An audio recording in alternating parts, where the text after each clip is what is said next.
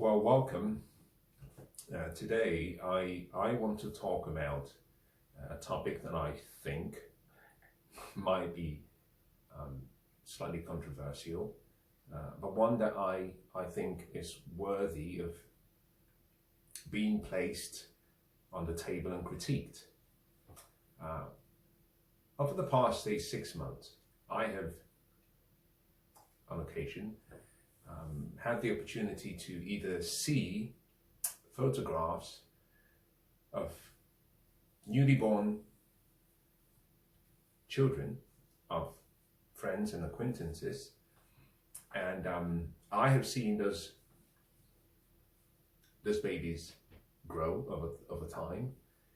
And the last picture I saw, the baby was perhaps about 5 months old, and I noticed something.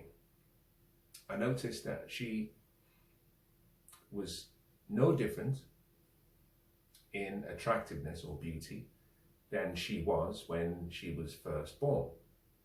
And I said, not to the mother, but in a private conversation, I said, this is quite interesting.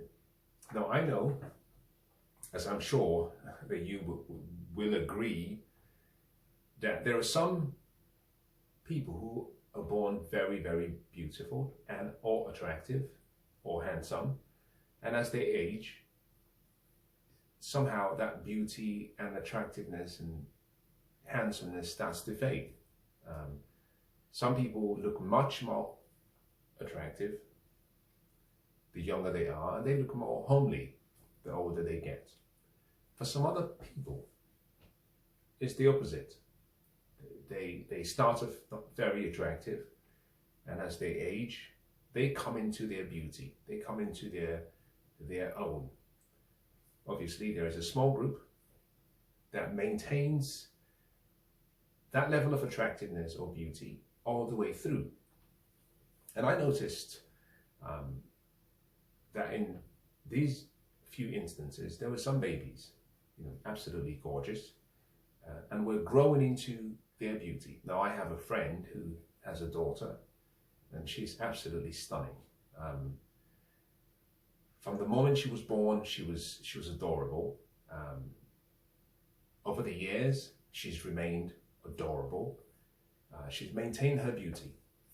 And strangely, with that particular family, both the father and the mother, I seldom hear the parents reaffirm in words the statement that you are very beautiful. On the other hand, I have seen friends who have children who perhaps have taken the, seldom is the apple fall far from the tree. They've taken on the attributes, physical attributes of their parents, and not as attractive and not as beautiful, yet are constantly told multiple times in a day that she is beautiful. And to the boy or the son, I don't hear anything. And I thought this is quite interesting, but it's also reflective of what we see in society today. And so today's topic is how we lie and why we lie to young women. And I like to contrast that with young men. Now, generally speaking, and I understand that there are exceptions to the rule, but keep in mind that I'm making a broad generalization. Men are, I guess, esteemed for what we produce, what we create, what we produce, and what we do. So from a young age, it's quite unusual for a man to be reminded, or a young boy to be reminded, about his physical attributes, being handsome or being beautiful. We tend to focus more on working hard, studying hard, getting high and good grades, doing well in the sports club, being part of several functions in a competitive manner, and we reaffirm to the young boy the importance of being exceptional. Part of that reason is because we hope, but we also understand that the seeds that are being sown in hard work, sacrifice, delayed gratification, over the years will translate into being,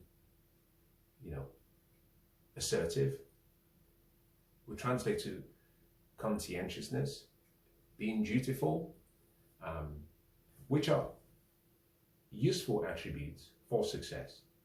Now, most men are judged as we mature purely on economic terms. Our economic intrinsic value is primarily what we use in both the dating marketplace and the sexual marketplace. It's purely based on our ability to produce.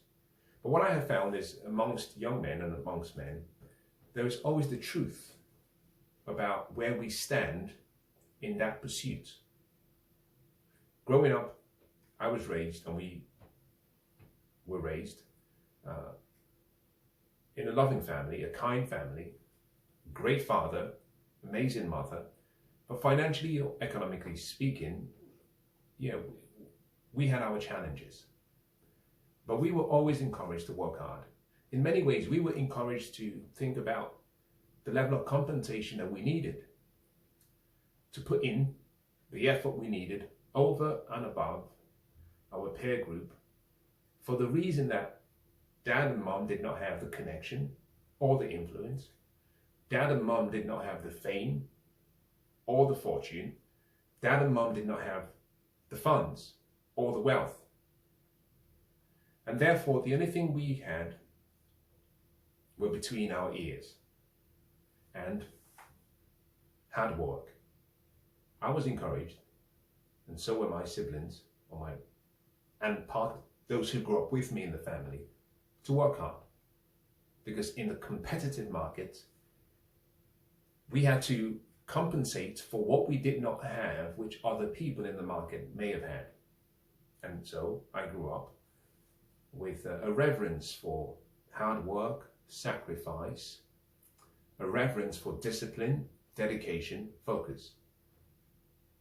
And so throughout my life, it wasn't too hard for me to stay in tune with the long-term goals. Many men who hear what I've just said will relate to that position. In other words, I wasn't a trust fund baby. Now, those who were trust fund babies had the backstop of their parents' wealth, their parents' connection, their parents' influence, their parents' net worth to hold on to. So hard work and skill and dedication was optional for them. For me, and for most people, it isn't optional. And young men are told, as we go through those phases, we are told when we have fallen short of the mark. We're called bombs. We're called names to remind us that we're not doing what we should be doing in order to remain competitive in the marketplace. Now, what I find fascinating is, even though my parents never used such words towards me, I saw people similar to me in age and in circumstances who were told in very direct terms and words that they were not doing their best and that they would not be successful except they changed something. We fast forward 20 years, and in every instance that I have come across, none of those men took it the wrong way. We understand. That's why we are men. We understand the responsibilities that we have as men, and whether we end up in the successful group or in the opposite group or in between, we understand that that is the cards that we have been dealt, and in many ways we are responsible for how we played the cards. Now, women, on the other hand, are very different. I have seen this when I was growing up. I see it in society today. I see it in modern society today, especially in the West, amongst modern women. And I have seen this particularly in very young kids. When you go from Generation Z and all the way back to the baby boom generation, amongst women, there's almost an intention to lie to women. We start very young. A young girl starts her, what I'll call her growth pathway.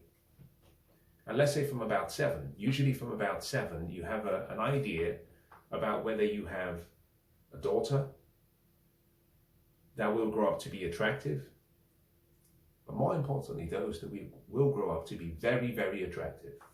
These are people we put in the category of 9s and 10s, 8s, 9s and 10s. These are people who are absolutely gorgeous and whose beauty is not restricted to a particular race or ethnic or geographical locations.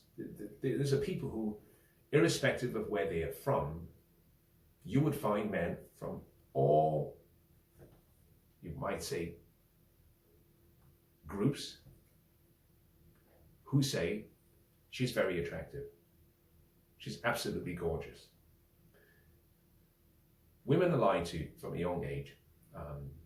For some reason, we overcompensate by telling women that they're absolutely beautiful, which I personally think some level of encouragement is needed, but not undue encouragement. Young girls, young babies, generally speaking, do not need affirmation and confirmation and proclamations of their beauty at a young age. They do not. For some reason, mothers lie to their daughters. We fail to tell them that in the eyes of men, as they grow, they will be judged not based on the content of their character. They will be judged not based on their education and intelligence, though necessary. They will be judged not based on their father's wealth and their father's fame and fortune, but that they will be judged primarily based on their beauty and how they are perceived by men on first sight or first look. Now, this is a very, very hard thing to say to a young girl. So the timing of when you bring this into the conversation is important, but it's less about beauty, though beauty matters, and more about what we tell boys and how we are able to inspire men to compensate for where we lack. We do not do the same thing with women, with young girls. We profess their beauty so much so that a lot of young girls have grown up with a deluded sense of their reality.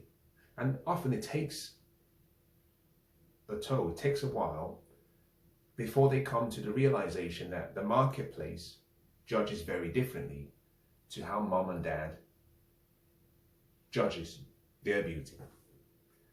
I have met young girls who at 7, 8, at 12, 13, walk around as though that they are the best thing since, who knows? In many cases, very plain, very average, and in some cases, very homely. Now, I hate to say this, but they walk around as though they are 10s and 8s and 9s and 10s, and at best, these are below average girls in beauty. But here is the key thing. And when I was growing up, I found that I was raised, I guess, under different circumstances. But the women who, and the young girls particularly, who did not have the gift of beauty, those who were perhaps average or below, they had the best attitude. They were the most friendly.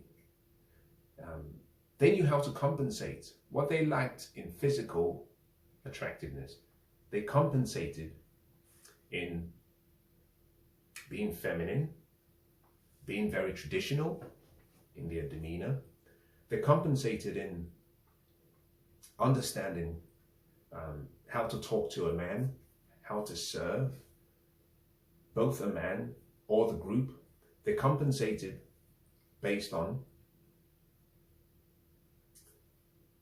taking the time to understand the man's world and therefore how to manipulate men, but in a nice way.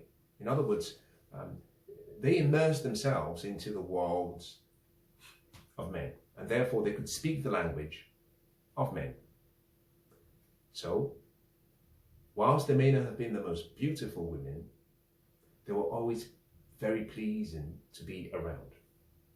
Now we fast forward to 2022, and what we find,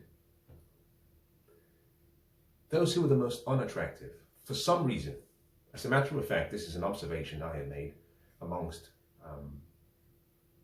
women of almost all age groups. The attractive ones have a sense of humility. In other words, they recognize that, and this is something I've noticed, amongst very beautiful women who were raised properly, they understand that what they have was a gift. You know, they understand beauty matters, but they understand it's incidental to who they are. It's a gift. So they do not boast or gloat over their beauty. I guess in many ways, if you've met people who are very wealthy and who were raised in wealth and with wealth, they do not lord their wealth over you. It's normal. It's not something to be fascinated about. They don't boast. They act very normal. And in many cases, you only get to find out how wealthy their parents are when you visit their homes or when you go into their social circle. Otherwise, they act like normal people. The beautiful ones who are raised well exude a sense of humility about what they already have. And what I have found is amongst those who perhaps were not so endowed or blessed, there's an arrogance. You know, I've seen women who, and young girls, teenagers, and even those who are still in the preschool phase, who have the arrogance of a woman who's got a beauty of a 10, despite being below average. Listen, they've been told so much that they're queens and goddesses and absolutely stunning that it gets into their head, so much so that there's a disconnection between their reality and the reality of the marketplace. Now, I say that to make a point, which is, we do a disservice to young women by not reminding them. Well, firstly, we do a disservice by lying to them. We do another disservice by not informing them at the right time, in the right way, that they have to work hard, especially if they're not beautiful, and if they're more homely. We do a disservice by not allowing them that compensation process of learning things that would support them as they progress into the marketplace, and to ensure that they have the best chance of success. Now, one of such ways will be education. Generally speaking, women who are very beautiful do not need education, or they do not need to be educated in the same manner that the rest of society does. The reason is very simple. A woman's agency is her beauty. A woman who is 20, who is a 10, and very, very gorgeous, has a higher sexual marketplace value than a millionaire who has perhaps 6, 7, 10 million in wealth. Her beauty will be of equal, comparable value compared to his economic value. So she doesn't have to work, which means she doesn't have to go and study hard enough to earn a living. There will always be men who will pay the virgin's price and pay a ransom to be around that beauty. That has been the same since the beginning of time. Those who do not have that level of beauty are the ones, especially those who are, you might say, average or below, are the ones who need education, primarily because they would have to find a man who will be similar to they are. Water seeks its own level, and therefore average men, to join forces with them to create a life for themselves and to sustain themselves, which means she is going to have to pay her way through life until she finds such a man. Therefore, women who would turn out to be homely need to study, need to go to schools, need to work hard, because they may never get the opportunity to have someone willing to pay the virgin's price for their beauty. Now, this is a reality. It may not sound right, it may not sound comforting, but it is true. There is a price for beauty. Generally speaking, men want women who are beautiful. We men, we are very visual. Now, we separate our requirements into two groups. But generally speaking, men want women for their beauty, for their youth, for their fertility, and not for their education. This is partly why a prince, as we have, can choose to marry a peasant. We can have a billionaire walk into a Starbucks, get served by a waitress who he thinks is absolutely stunning, and decide, I will marry her and I would allow her to have half of all I have as my wealth.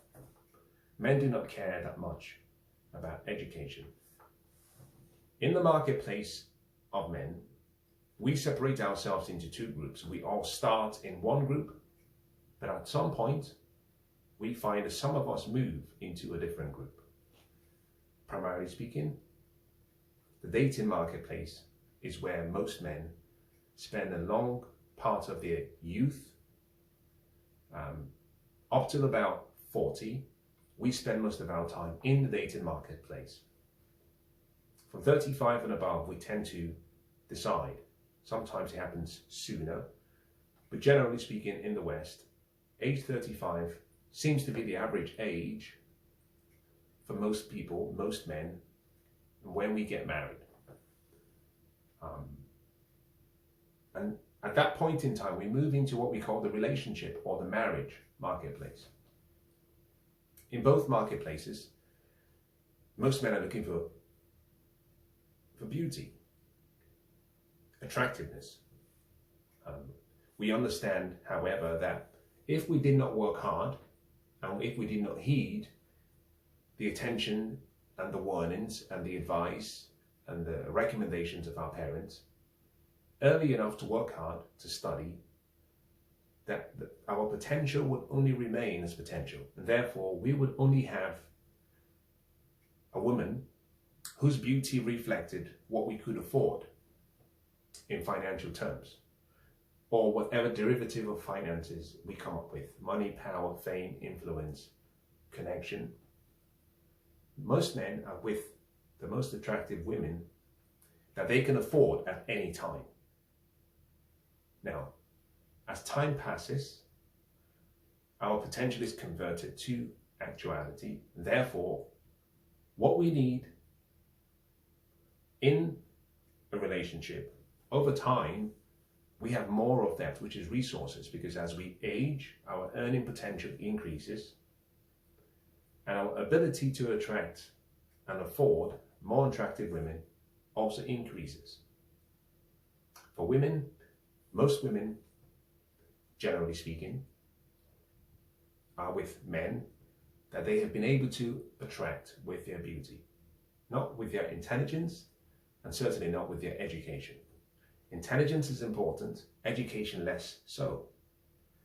In the relationship marketplace, most women are simply judged on beauty, attractiveness.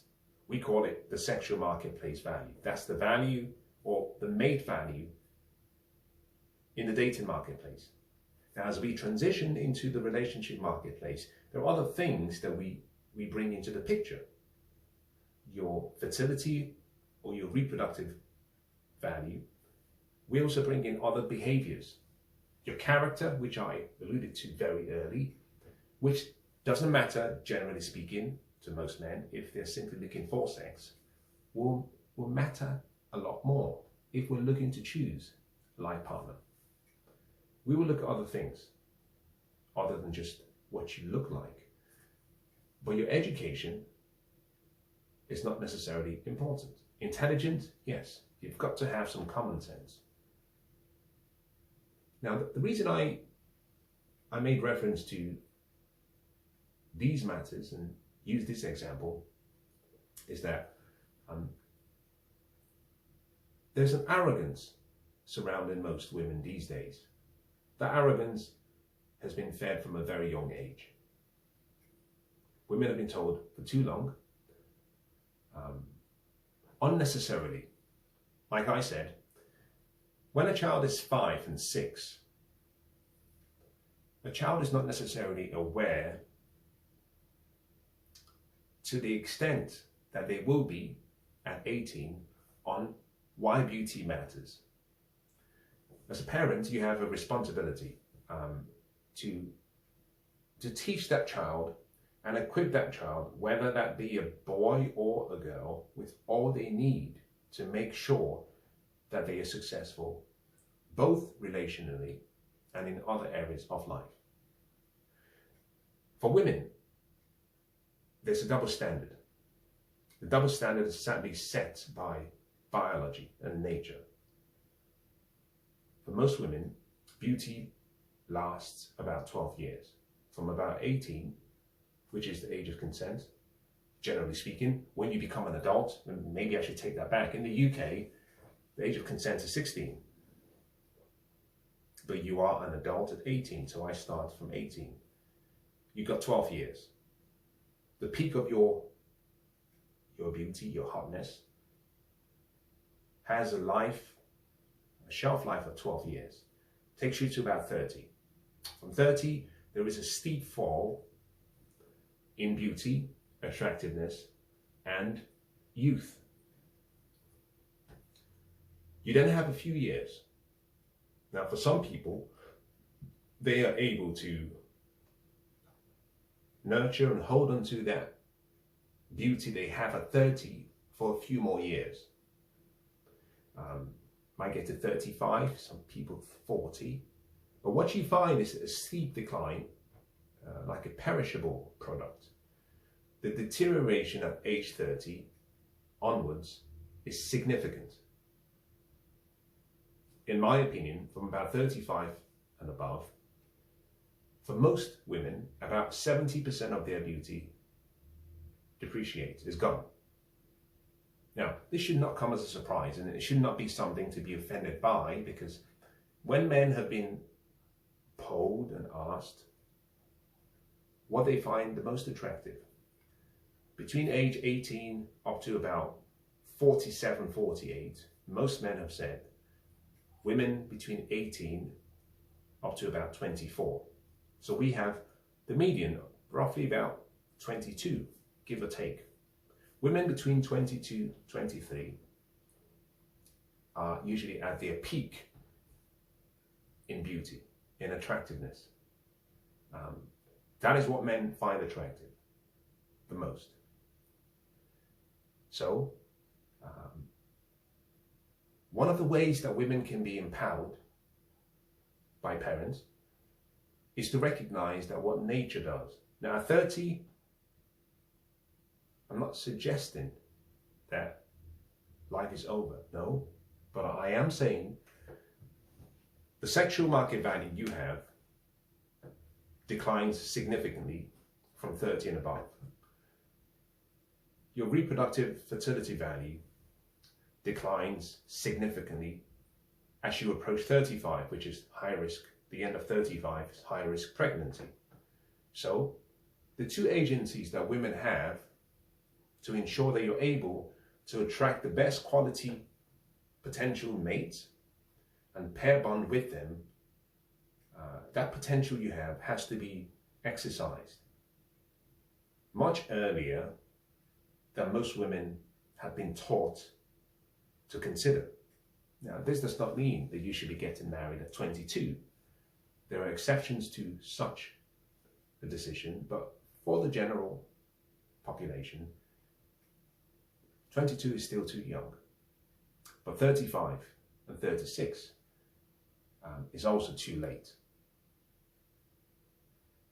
Teaching a young girl the reality of and what might seem as the double standard amongst the sexes is very important. Now, how you introduce the education is just as important as the knowledge you convey. I started today's session talking about the need to, at the right time, shift your young girls away from this overinflated sense of self based on beauty and transition them into focusing on other things, particularly if they need to compensate for their lack of beauty, but also for those who are beautiful, to empower them on how they can utilize the gift they've been given. It's a gift and it should be harnessed. The idea that beauty doesn't have a price is absolutely wrong.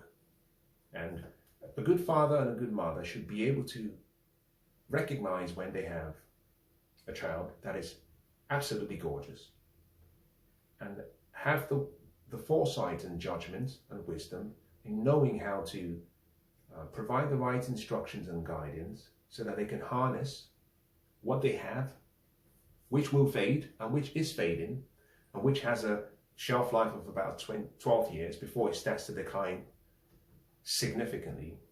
Teaching the young girl that at a young age, you have a gift. And some people will move the entire planet and the entire world just to be around that beauty you have. Harness that gift, but do it not too late, but not too early. And for those who perhaps have not been gifted with that level of beauty at the right time, in the right way, in the right manner, start bringing in the idea of compensatory skills into the acumen so that they can learn how to use what we also tell men, which is hard work, intelligence, sacrifice, delayed gratification, knowing how to negotiate, understanding traditional values, teaching them how to be women so that they are able to compensate for what they lack in beauty. Now, let me bring today's session to a close by saying the following. Never before in history have we had the majority believe that they are in what we call the tail of the distribution. So if we were to plot all men, myself included, what you would find is amongst men, most people will fall within the average, not on looks.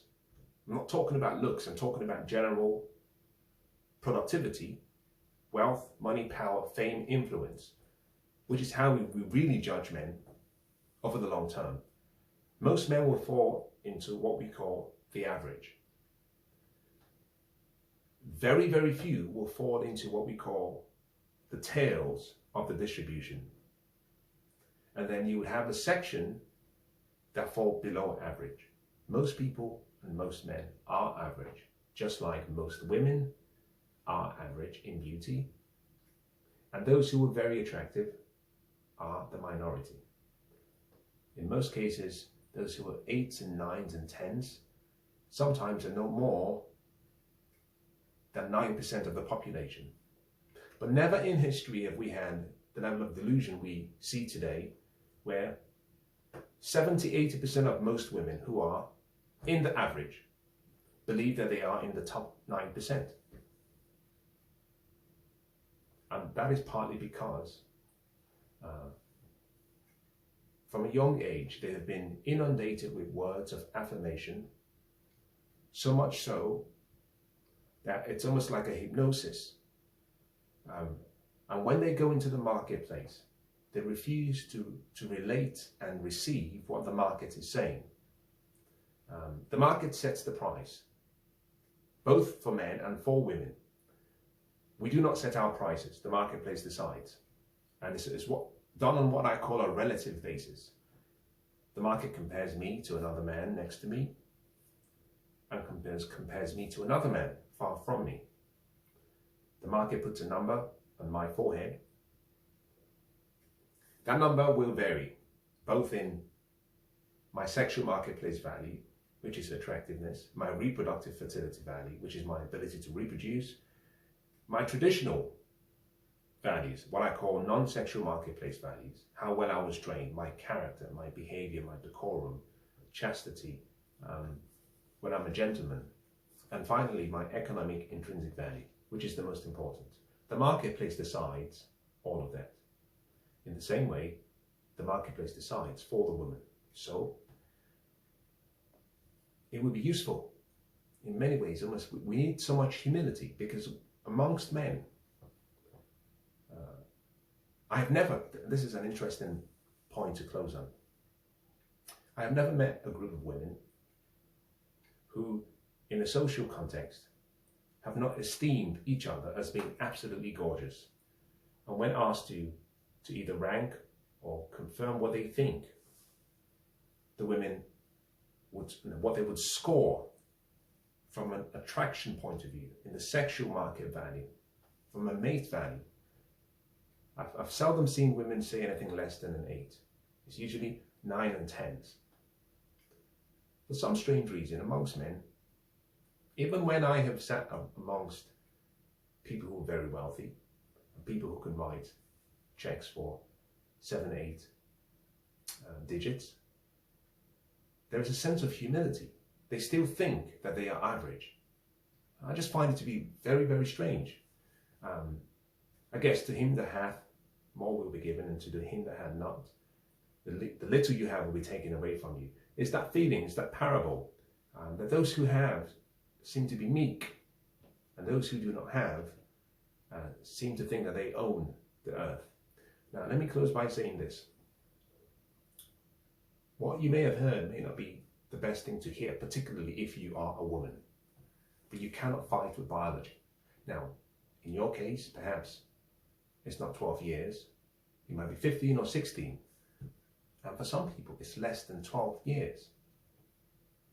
It's not for you to get upset with the message, it's to sit down and say, how do I, and when the time comes, how do I ensure that I'm providing my daughters with the right information and supplying them with the right knowledge, judgment, and intellectual ability to be able to navigate the market when the time comes. In many ways, it is this, the failure to understand that nature and biology do not negotiate with us. It's the failure that has led to where we find ourselves in society today. The average marriageable age for women in Great Britain or in the UK is about 35. I find it very hard to understand. 35, or the end of 35, is when you have high risk pregnancy. But also 35 is way past what I call the age and the period of beauty and youth and fertility, and how we have transformed society to the point where the most important decision a woman should be making about knowing how to identify and consolidate with the best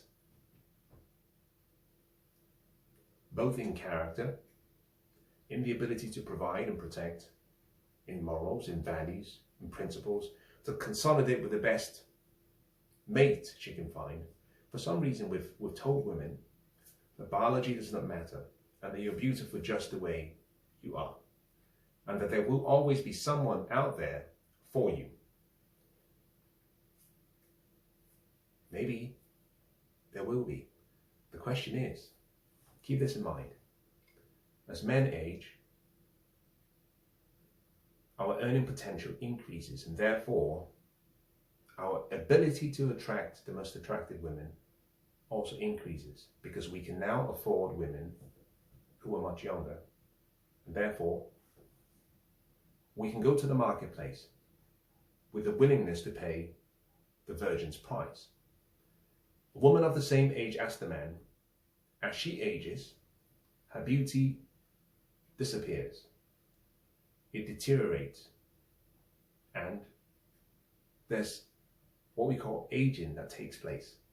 The agency she has, which is to trade what she has been given intrinsically for what she wants, that agency dwindles.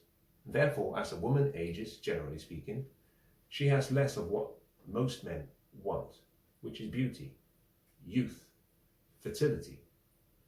Whereas we, the men, have more of what women generally want, which is wealth or economic provision. So keep this in mind in your interactions. And for those of you perhaps who have gotten to the age where there's nothing you can do with relation to yourself, one of the best ways of leading a life is to pour your life into another. Why don't you be that voice in the wilderness for much younger women, by encouraging them not to gamble what they have, which is the most important asset they have in the sexual marketplace, not to gamble it without reason, to understand the value of what they have, and to understand how to trade in the marketplace to get what they want using what they have. It's one of the best ways of leading a good life. You invest your life, recognizing the mistakes that you have made, into another person with the hope that you can prevent them from making the same mistakes that you made. Now, I hope that's been useful.